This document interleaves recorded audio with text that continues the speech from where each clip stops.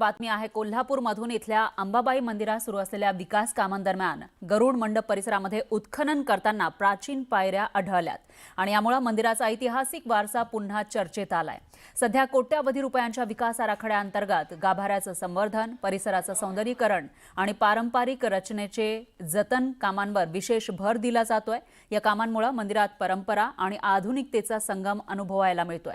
मात्र सुरू असलेल्या या कामांमुळे दर्शन व्यवस्थेत बदल करण्यात आलाय आणि भाविकांना पर्यायी मार्गाने दर्शन घ्यावं लागतंय।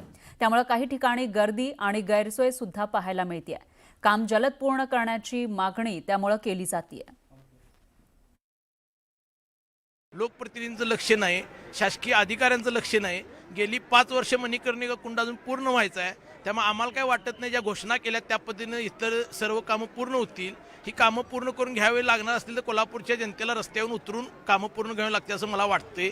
मी आपल्या माध्यमातून लोकप्रतिनिधींनी जिल्हाधिकाऱ्यांना विनंती करतो, कामं टाइम शेड्यूलमध्ये पूर्ण करून घ्या आणि पर्यटकांनी चांगल्या सुविधा द्या। जे काम चाललं आहे ते लवकरात लवकर कळावं। बाकीची जी आपली व्यवस्था आहे ती एकदम व्यवस्थित आहे आणि दर्शन जे मुखदर्शन व्हायला पाहिजे ज्या पद्धतीने त्या पद्धतीने होत नाही आहे। जी आपली जी मॅनेजमेंट आहे ती व्यवस्थित काम करावी एवढीच ट्रस्टचरणी प्रार्थना आहे।